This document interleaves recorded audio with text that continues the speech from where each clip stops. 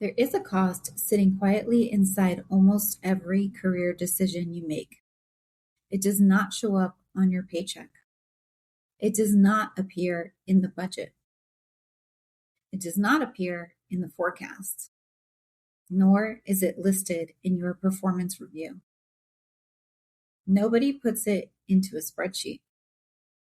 Nobody assigns it a line item. Nobody walks into a leadership meeting and says, we need to calculate the cost of how long we have been sitting in the gray. And yet that may be the most expensive cost you are paying. The opportunity cost of saying where you are too long. The opportunity cost of confusing familiarity with security. The opportunity cost of continuing to carry what you have already outgrown. The opportunity cost of saying yes because you are afraid of what might happen if you say no. The opportunity cost of being so focused on proving your value that you never create enough space to expand it. And perhaps most dangerously, the opportunity cost of calling something success simply because it has not failed yet. And that is what we're talking about today. The false security, the gray area, the leadership bottlenecks that growth eventually exposes, and the decision you already know you need to make. Welcome back to Holding the Room, Leadership, AI, and the Human Edge. I'm Melissa Sierra, and today's episode is called The Opportunity Cost That Nobody Calculates. Let's get into it. The half-year moment that we're going to examine. We're halfway through the year, and I know that can sound like a simple calendar observation, but I want you to treat it as something more.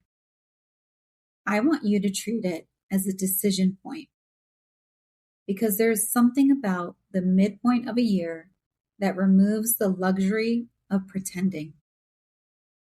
In January, we talk about possibility. We set intentions. We make plans. We imagine what could change. But by the middle of the year, patterns have become visible. You know what you have prioritized. You know what you have already avoided. You know which conversations you keep postponing. You know where your energy is going today. You know which goals are receiving your time and which ones are surviving only as ideas. You know what's working. You also know what you keep trying to convince yourself is working. That distinction matters. The midpoint is not a moment for shame. It's a moment for truth. You do not need to punish yourself for what has not happened. You do need, though, to become honest about what will not happen if nothing changes. That is the invitation in our episode today. To stop measuring the year only by what you have completed and begin measuring it by what you're still tolerating. What ambiguity are you still sitting in? What decision have you left open? What commitment have you outgrown? What version of success are you continuing to pursue simply because it once made sense? Being decisive in this moment may be the greatest gift you give yourself for the remainder of the year. Not more effort, not more activity, not another complicated plan. A decision. Because a decision closes one path so your energy can finally move toward another. And many of us are exhausted, not because we are doing too much, but because we are trying to emotionally maintain too many possible futures at once. False security is still a risk. One of the most dangerous things in a career, a business, or a leadership role is false security. False security sounds like, at least I know what I have here. It may not be perfect, but it's stable. I should probably wait until things settle down. I have invested too much to change direction now. I am too important to step away. This isn't the ideal time. I will revisit it after the next quarter. False security is seductive because it does not ask you to take an immediate risk. It allows you to stay familiar, too familiar. And the familiar can feel safe even when it's slowly diminishing you. But familiarity is not security. Being needed is not security. A title is not security. A paycheck is not security. A large client, not security. Nor is a full pipeline. Nor is a long tenure. A company's promise, not security. A leader's reassurance, not security. Even success itself is not always security, because success can become fragile when it depends on conditions you do not control. The market changes, leadership changes, technology changes, the client changes direction, the funding shifts, the organization restructures. The role that once seemed essential is suddenly reconsidered. This does not mean we should live in fear. It means we should stop building our confidence on borrowed stability. Real security is not the guarantee that nothing will change. Real security is your ability to create value, relationships, relevance, and opportunity when it does. That is a very different definition. False security says, I am safe because the environment still needs me. Real security says, I trust myself to create the next opportunity, even if this environment changes. False security says, I should stay because I know how this system works.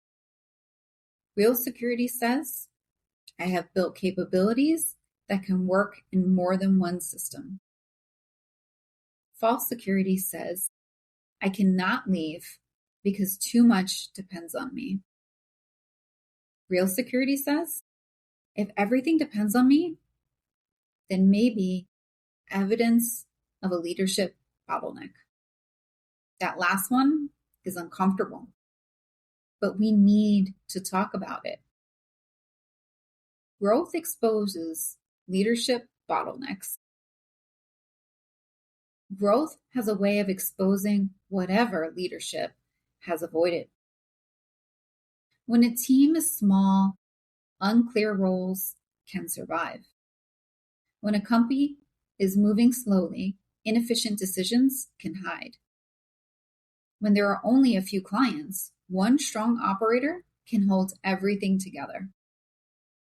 When the pressure is manageable, weak communication may not appear catastrophic, but growth magnifies what is underneath.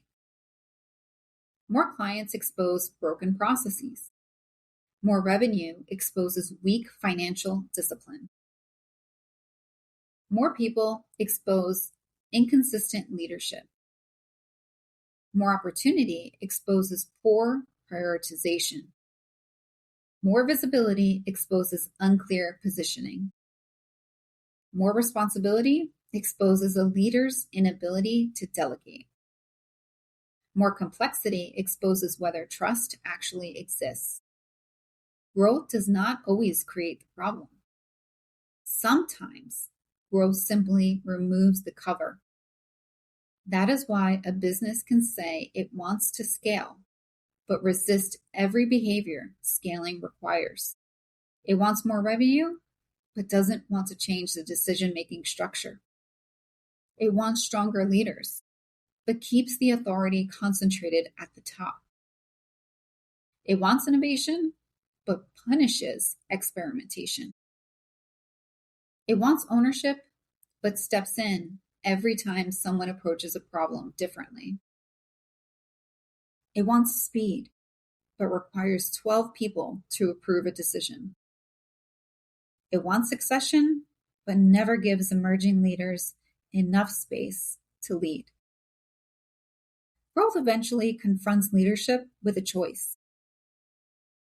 Do you want to remain at the center of everything?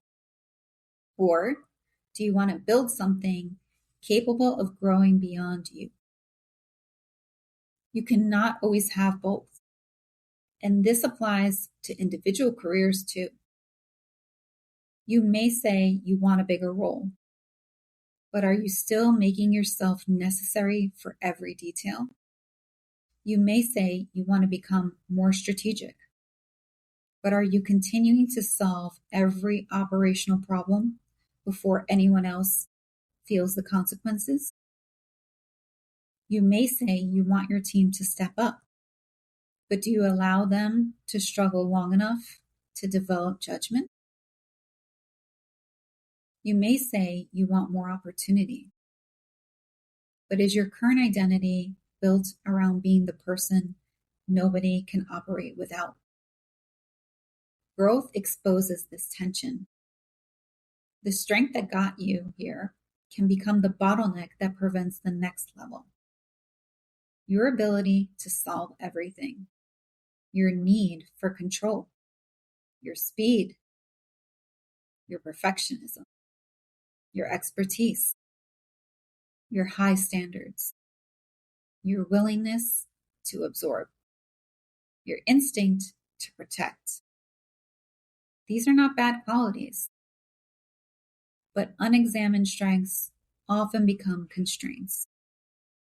And sometimes the opportunity cost nobody calculates is the cost of a leader refusing to evolve beyond the behavior that originally made them successful to begin with. Recovering addict right here. The indispensability trap. High performers are especially vulnerable to this. Once you develop a reputation for being the person who can handle anything, more things are handed to you. At first, this feels like trust. It feels like recognition. It feels like momentum. People seek your opinion. You are invited into many more meetings. You become the person who understands the history, the personalities, the clients, the politics, the unwritten rules, and the systems nobody fully documented. Before long, you are not simply doing your job anymore. You're holding together the infrastructure around the job. You are translating between teams. You are calming people down. You are filling leadership gaps. You're mentoring without formal recognition. You're preventing problems nobody will ever know almost happened. You're absorbing uncertainty. You're protecting other people from consequences. You're making the organization look more stable than it actually is. You become that shock absorber. And because you're so good at absorbing the impact, people stop noticing that the road is broken. That indispensability trap is what we just examined. The organization benefits from your ability to survive dysfunction, but you may not benefit from continuing to demonstrate it. There is a point in which resilience becomes subsidization. You are no longer simply contributing. You are subsidizing unclear leadership. You're subsidizing weak systems. You're subsidizing poor prioritization. You're subsidizing underdeveloped talent. You're subsidizing decisions other people are avoiding. And the payment is your time, your energy, your creativity, your health, your confidence, your marketability, your future. but nobody calculates that cost. Instead, they tell you how important you are. They tell you that the team needs you. They tell you nobody understands the business like you do. They tell you this is not the right time to step away. They ask you to get through one more quarter, one more launch, one more review, one more reorganization, one more leadership transition. And somehow, just a few more months becomes another year. This is how opportunity cost compounds. Not through one dramatic mistake, through small decisions that repeatedly prioritize immediate usefulness over long-term growth. The gray area is not neutral. There is a particular place many ambitious people spend too much time. The gray area. Not fully committed, not fully gone, not satisfied, not moving, not saying yes, not saying no, not trusting the current situation, not creating a new one. The gray area can look responsible because you're not making a reckless decision. But indecision is still a decision. The gray area is not neutral. It consumes emotional energy. It divides your attention. It weakens your conviction. It keeps you constantly interpreting instead of acting. You begin every week wondering whether something will change. You read into every meeting, every email, every shift in tone, every new leader, every organizational announcement, every client conversation. You search for evidence that staying is the right choice. Then you search for evidence that leaving is. This is exhausting because you're living in two realities. The one you currently have and the one you keep imagining.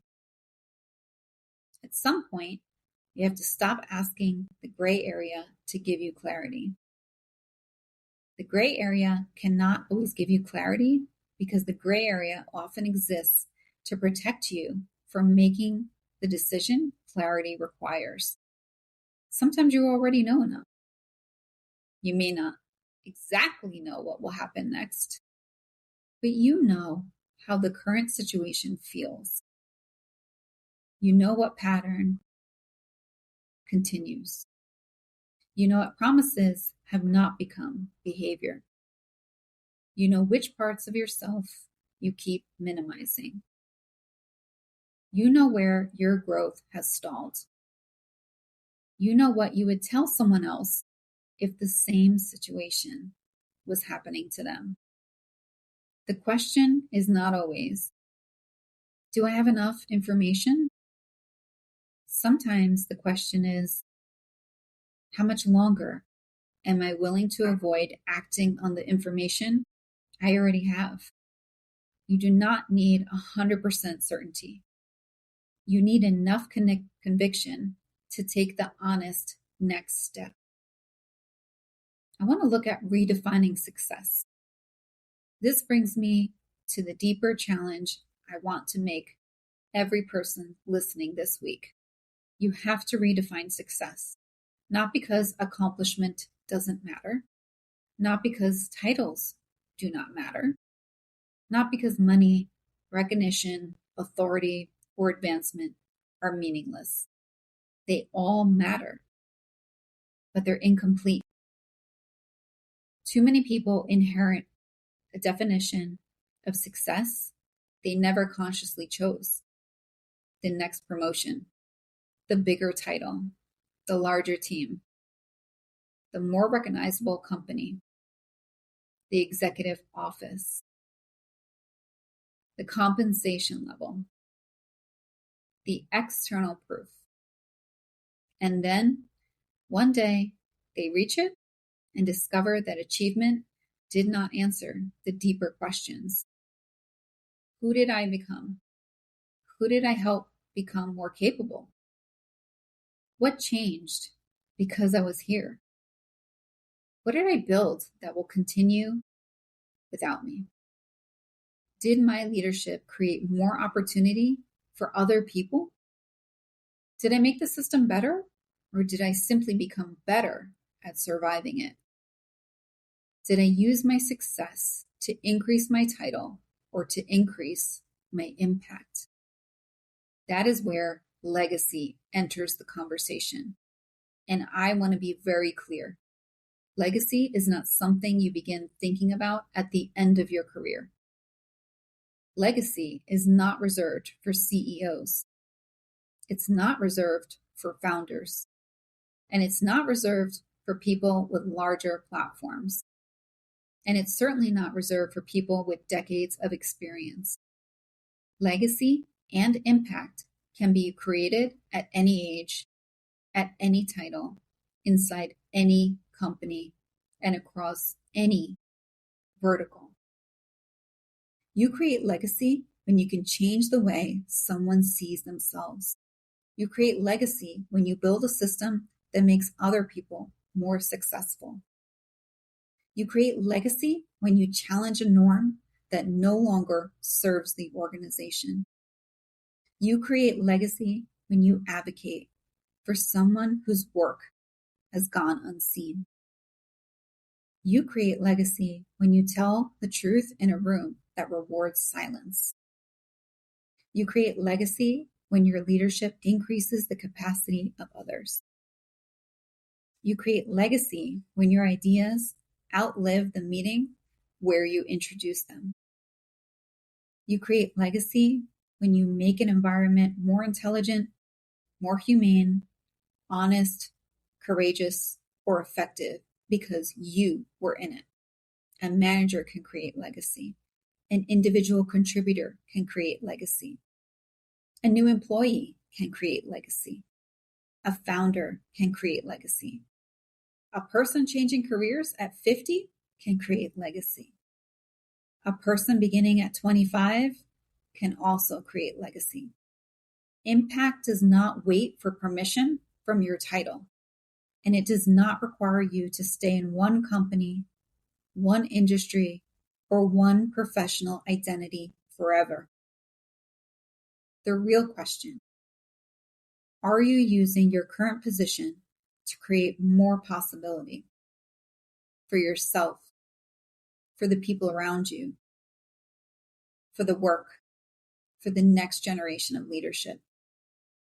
That is more meaningful definition of success. Not simply what you accumulate, what you activate. The 4 opportunity costs. There are 4 types of opportunity costs that high performers often fail to calculate. The cost of attention, the cost of identity, the cost of visibility, and the cost of delayed experimentation. Let's talk about the first one, the cost of attention.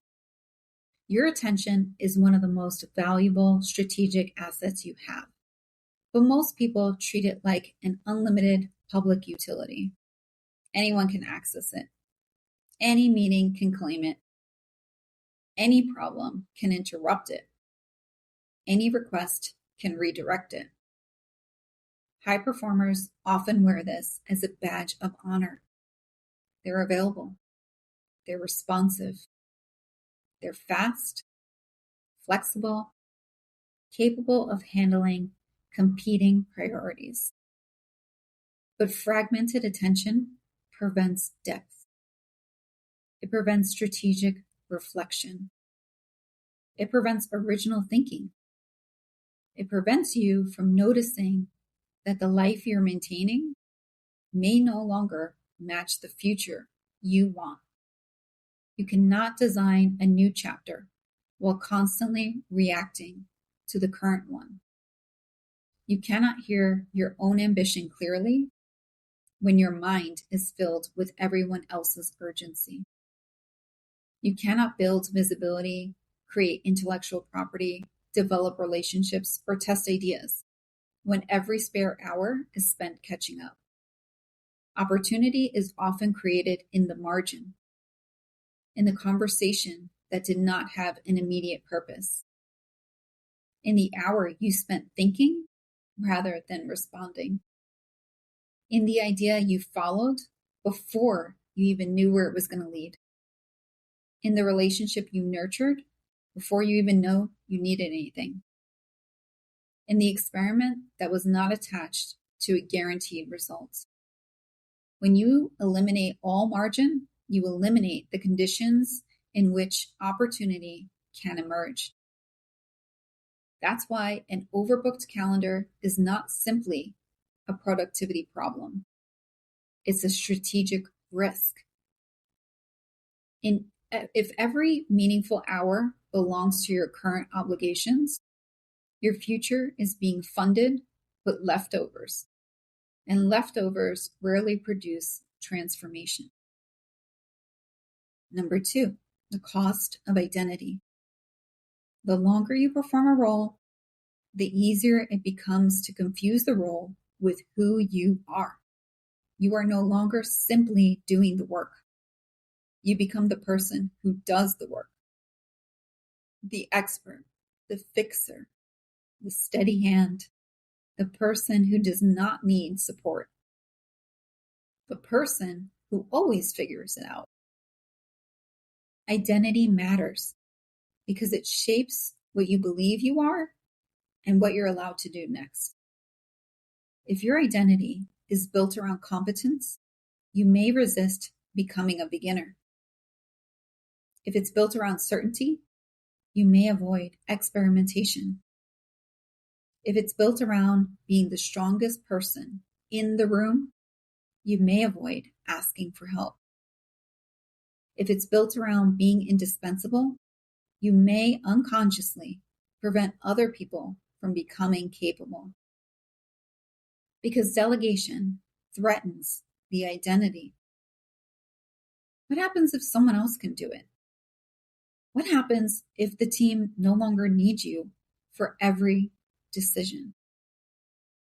What happens if your value cannot be proven through volume?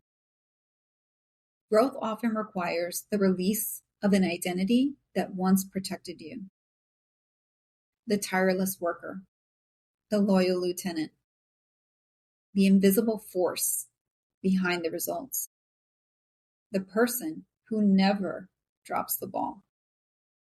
You don't have to abandon your strengths, but you may need to stop allowing them to define the boundaries of your future.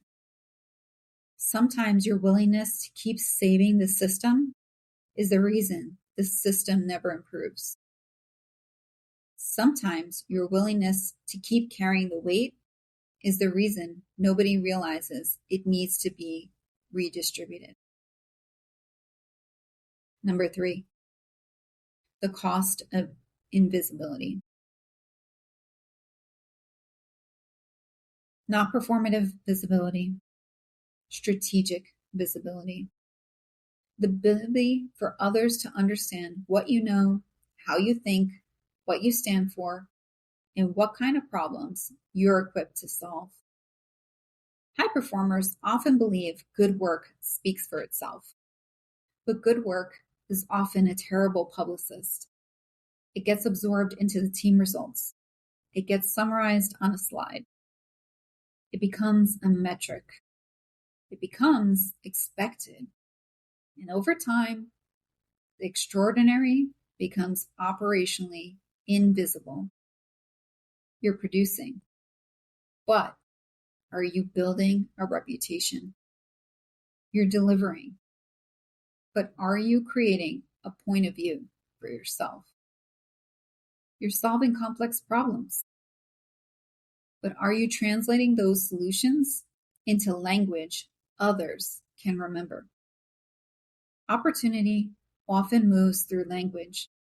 Someone says your name in a room. Someone describes your perspective.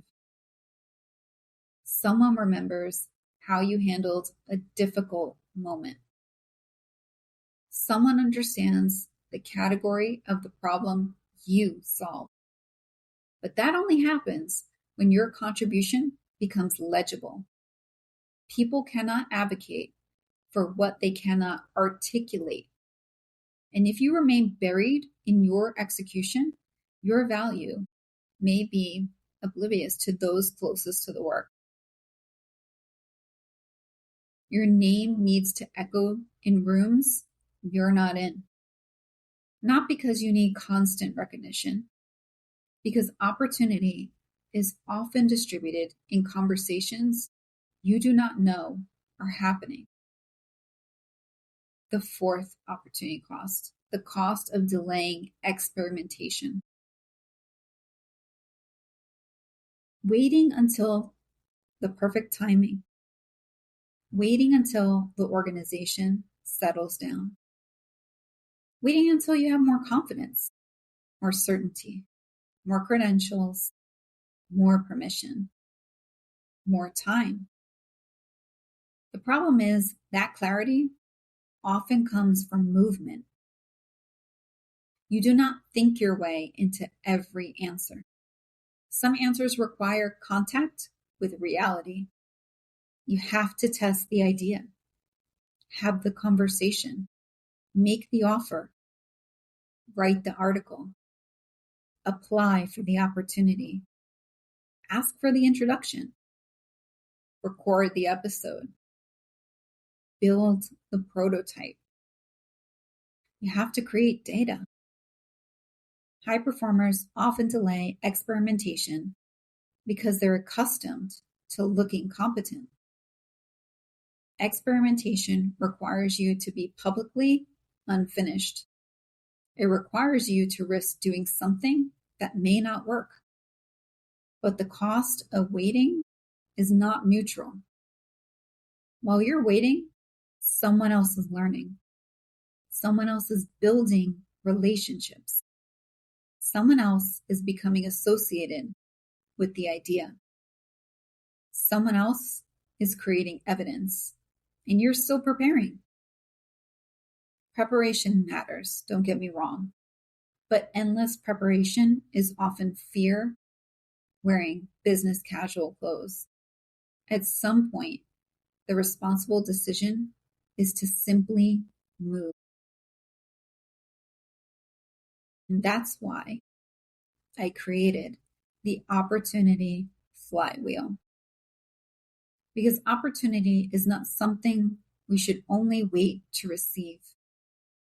Opportunity can be designed. It can be cultivated.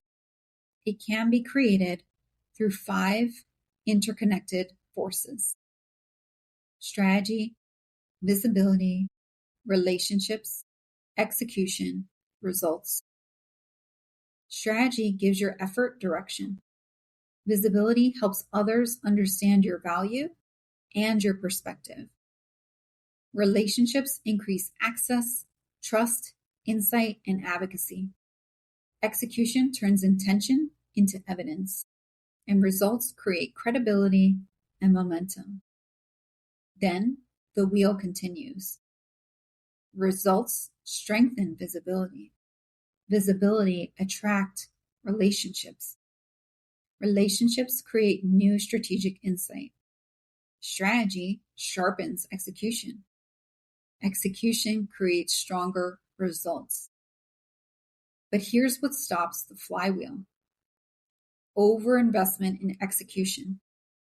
Many high performers live almost entirely in execution. They work, they deliver, they solve, they respond, they achieve. But they do not create a strategy that points those results toward a bigger future. They do not build visibility around what the results actually mean. They don't invest in relationships that can carry those results into new rooms. They do not capture the lessons in a way that can be repeated. So the wheel doesn't turn. It becomes a treadmill, a very impressive treadmill, a treadmill with awards, with bonuses, with strong performance reviews. But still, a treadmill. The opportunity flywheel is not about doing more. It is about ensuring that what you do compounds. The 5 to focus on.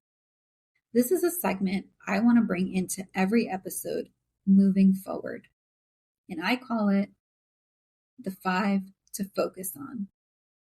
These are 5 actions aligned to the opportunity flywheel that you can use to turn the episode into movement for yourself. For this episode, the focus is reducing the hidden opportunity cost of indecision, false security, and overextension. Number 1, strategy. Name the decision. Identify the decision you have been keeping in the gray. Do not begin with a 10-page plan. Name the decision. Is it whether to remain in a role? Whether to have a conversation? Whether to stop carrying a responsibility? Whether to test a new business idea? Whether to reposition yourself? Whether to ask for more? Whether to walk away? Write the decision in 1 sentence. Clarity begins when ambiguity becomes language. Number 2, visibility. Make your next level value legible. Ask yourself whether people can clearly understand the value you want to be known for next. Not only what you have done, what you're prepared to do. Share 1 perspective. Document 1 framework. Speak about 1 lesson. Translate 1 result into a story that demonstrates how you think. Do not leave your value trapped inside the work. Number 3, relationships. Have the conversation you keep delaying. Opportunity rarely develops in isolation. Identify 1 person who can offer insight, challenge, access, perspective, or honest feedback, not someone who will simply tell you whatever it is you want to hear. Have the real conversation. Ask the question you've been avoiding. Tell them where you're trying to go. Let the relationship create information you cannot generate alone. Number 4, execution. Make 1 reallocation. Remove or reduce 1 commitment that no longer deserves its cost. Delegate it, decline it, shorten it, renegotiate it, stop attending it, protect 1 hour, create 1 boundary. Take 1 concrete action that proves your future is no longer being funded with only leftovers. 5, results. Define success beyond completion. Do not measure the next 6 months on how you will finish. Measure whether your choices increase your capacity, impact, visibility, relationships, and the ability to create opportunity. Ask, what became possible because I made this decision? Who became stronger because of my leadership? What did I build that can continue beyond my direct involvement? What did I stop tolerating? How did I move from maintenance to momentum? Those are results too, and they may be more important than any other completed task. The difference between work and leverage. Work produces an outcome. Leverage allows that outcome to continue producing value after the task is finished. You led a transformation. That's work. You converted what you learned into a framework others can use. That's leverage. You solved a major customer problem. It's work. You created a case study, sharpened your positioning, and built a perspective around why the problem occurred. That is leverage. You guided a team through uncertainty. That's work. You built leaders who can guide the next difficult period without your constant intervention. That is leadership. High performers create enormous value, but often fail to capture it. They leave the insight trapped inside the experience. They move directly into the next crisis. They do not pause long enough to ask, what did this teach me? What pattern did I notice? What language can I create around it moving forward? What does this reveal about the leader that I'm becoming? How can this experience create more opportunity? Without reflection, experience remains labor. Without reflection, experience becomes intellectual property. This is one of the central principles of living in a leadership laboratory. Your life is not simply happening to you. Every experience is data. Every difficult conversation is data. Every moment of resistance is data. Every organizational pattern is data. Every success and every disappointment is data. But data only becomes intelligence when you choose to examine it. And intelligence only becomes opportunity when you use it. The opportunity cost audit. I want you to conduct the opportunity cost audit this week. Create 4 columns. In the first, write, what am I currently saying yes to? Include reoccurring meetings, responsibilities, projects, emotional labor, informal support, habits, and the things you inherited because you never explicitly refused them. In the second column, I want you to write, what does this yes require from me? Time, attention, preparation, travel, emotional energy, political capital, recovery time. Calculate the full cost. A 1-hour meeting that requires 2 hours of preparation and leaves you frustrated for the rest of the day is not a 1-hour commitment. In the third column, I want you to write, what is this yes preventing? Strategic thinking, visibility, learning, rest, your health, relationship building, experimentation, a conversation, a decision, a version of yourself you keep postponing. And then in the last and fourth column, write, does this commitment still deserve its cost? Not, is this useful? Not, can I do it?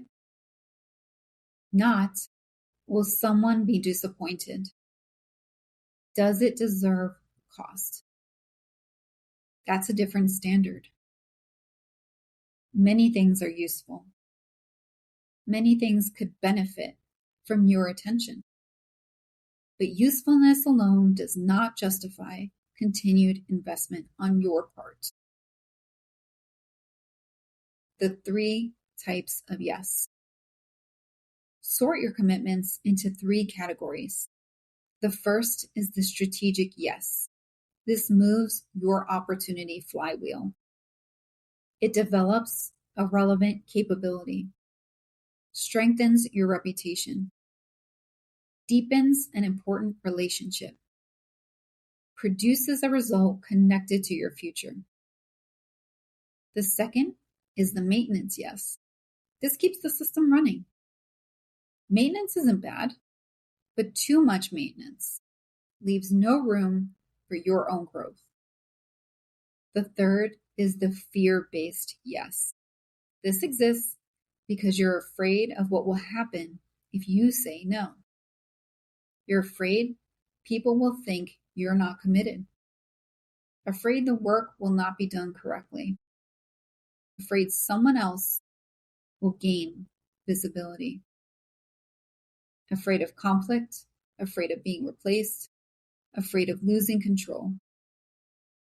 Afraid of what you might discover if you finally create space. Fear-based yeses are expensive because they preserve the exact conditions you say you want to change. You cannot create a different future while repeatedly voting for the current one. Every time you say yes is a vote. Every hour is an investment. Every commitment strengthens one path at the expense of another.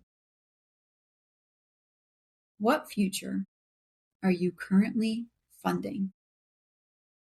Here's the question that I want you to sit with.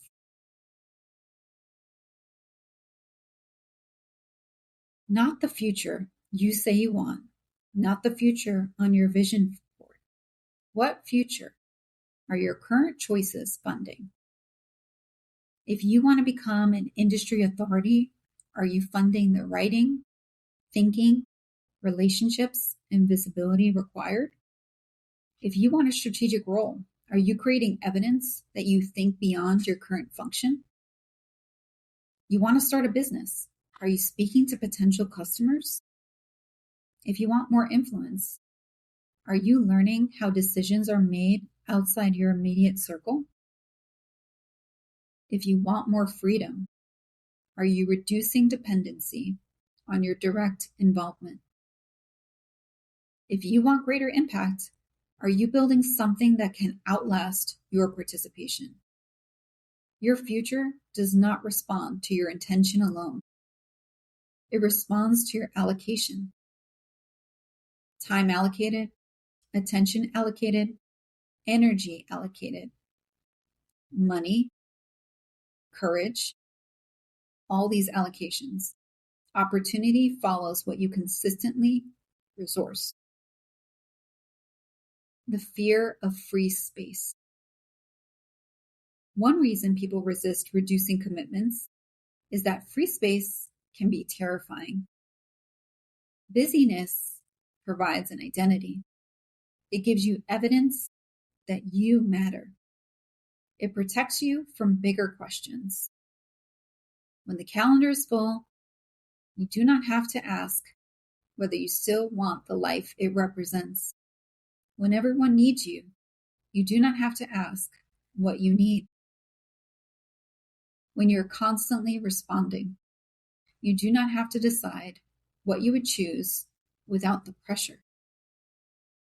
Creating space may initially feel uncomfortable. The quiet becomes loud. You notice dissatisfaction that urgency helped you suppress. You realize you may have outgrown a role, business model, relationship, leadership style, or definition of success.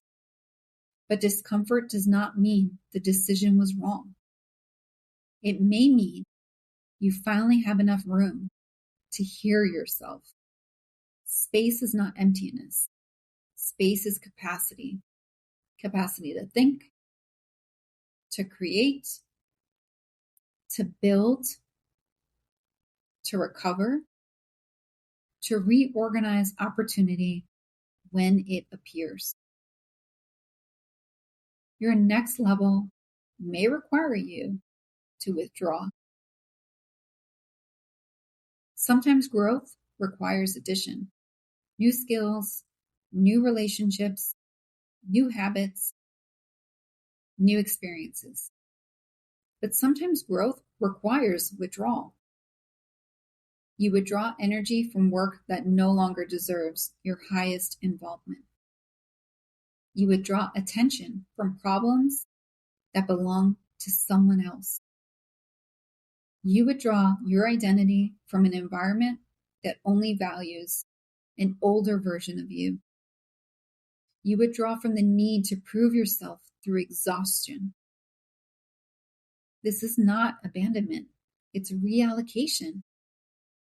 You're not becoming less committed. You are becoming more discerning. You're not refusing to lead. You are redefining what leadership is. Leadership is not how much you can carry. Leadership is what becomes possible because of how you carry it. Leadership is not being required for every single decision. It's creating the capacity for better decisions to happen without you. Leadership is not simply achieving the result. It is increasing the ability of others to create results too. That's impact. That's legacy. That's success worth redefining. And now, let's do a closing challenge. We're halfway through the year. And I do not want you to use that as a reason to panic. I want you to use it as a permission to decide. You do not have to carry the uncertainty for another 6 months. You don't have to wait for another reorganization, another promise, another review, another external sign, another perfect moment. You can decide what the remainder of your year will represent. Not necessarily by making one dramatic move, but by refusing to remain unconscious. Name the gray area. Calculate what it's costing you. Identify the false security. Recognize the bottleneck. Redefine success. Choose one honest next step. Because decisiveness does not require knowing every part of the path. It requires being unwilling to continue betraying what you already know. And remember, legacy is not something you create one day. Legacy is being built in the choices you are making right now, in how you lead, in what you will tolerate, in what you teach, in what you challenge, in who becomes more capable because simply you were there, in whether your success creates more opportunity for anyone beyond you. That is the charge. Do not simply ask, how successful can I become? I want you to ask yourself, what can become possible because I chose to lead differently? I want to thank you for joining me this episode of Holding the Room, Leadership, AI, and the Human Edge.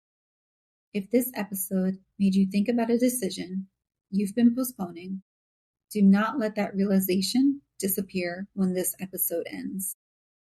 Write it down, name the cost, choose the next step, and share this episode with someone who may be mistaking familiarity for security or busyness for progress. Follow or subscribe so you do not miss our next conversation. Until next time, remember, you do not have to wait for a bigger title to create impact. You do not have to wait for the perfect company to build legacy. You do not have to wait for certainty to move out of the gray area. Hold the room, create more opportunity, and make this second half of the year the moment you finally decided.